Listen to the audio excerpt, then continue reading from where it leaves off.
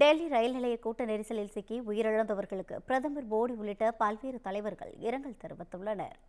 கும்பமேளா செல்வதற்காக டெல்லி ரயில் நிலையத்தில் காத்திருந்த பயணிகள் ஒரே நேரத்தில் ரயிலில் ஏற முண்டியடித்ததால் கூட்ட நெரிசல் ஏற்பட்டது.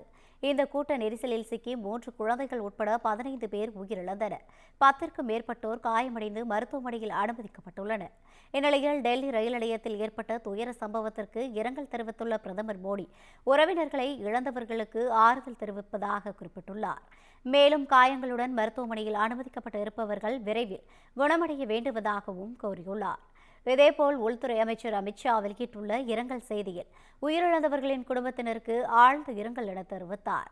மேலும் ரயில்வே அமைச்சர் அஸ்வினி வைஷ்ணவ் மற்றும் டெல்லி துணைநிலை ஆளுநரிடம் பேசியிருப்பதாகவும் சாத்தியமான அனைத்து உதவிகளையும் செய்ய அறிவுறுத்தி இருப்பதாகவும் குறிப்பிட்டுள்ளார். மேலும் அமைச்சர் ராஜ்நாத் சிங் வெளியிட்டுள்ள இரங்கல் செய்தியில் டெல்லி ரயில் நிலையத்தில் ஏற்பட்ட கூட்ட நெரிசலில் சிக்கி 15 பேர் உயிரிழந்தது மிகுந்த வேதனை அளிப்பதாக கூறியுள்ளார்.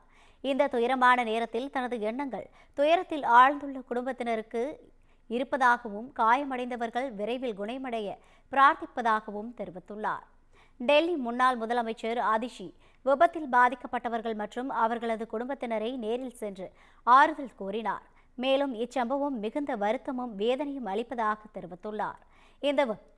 இந்த விபத்தில் தங்கள் உறவினர்களை இழந்த குடும்பத்தினருக்கு தனது ஆழ்ந்த இரங்கலை தெரிவித்துக் கொள்வதாகவும் இந்த துக்கத்தை தாங்கும் சக்தியை கடவுள் அனைவருக்கும் வழங்கட்டும் எனவும் குறிப்பிட்டுள்ளார்.